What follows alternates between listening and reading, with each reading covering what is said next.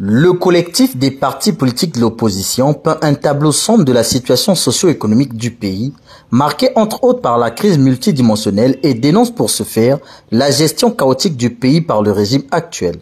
Destin Gavet et compagnie l'ont fait savoir ce 30 octobre dans une déclaration commune.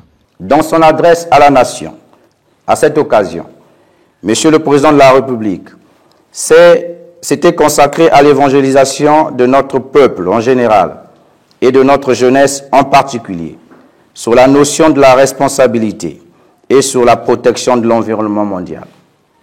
Cependant, il n'avait nullement évoqué sa responsabilité personnelle et celle de ses gouvernements successifs sur la situation chaotique que vit notre peuple.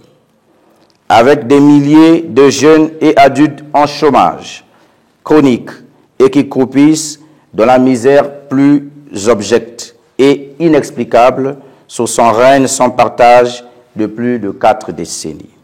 Pour le MR, PAP, PSDC et Renaissance, la République du Congo traverse actuellement une situation délétère à tous les niveaux, à l'instar des pénuries d'eau et coupures intempestives d'électricité devenues monnaie courante.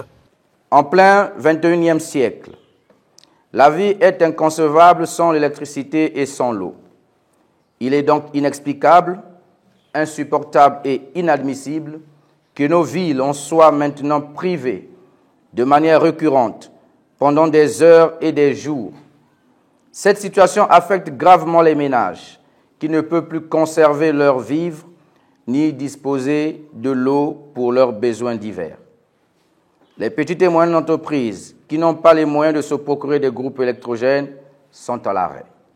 L'insécurité occasionnée par le phénomène de criminalité juvénile communément appelé bébé noir fait partie des faits de société dénoncés aussi par ces acteurs politiques, lesquels pointent du doigt l'incapacité de l'État à remédier à ce fléau.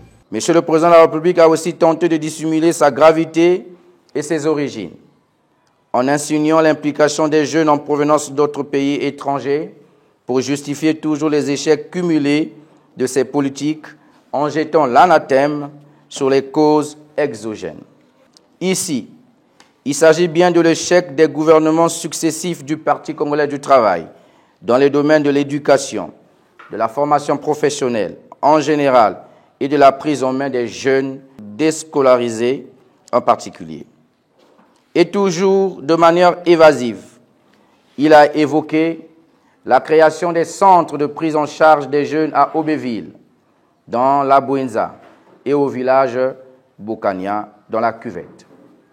Mais il n'a indiqué aucun chiffre sur l'effectif des jeunes pris en charge, aucune information sur le budget de ce projet, sur la manière dont cette prise en charge est assurée et sur les résultats produits à ce jour. Autant de dysfonctionnements mis à nu par le collectif des partis politiques de l'opposition, sans omettre le chômage des jeunes ainsi que l'inévitable préoccupation relative à la cession des terres au Rwanda.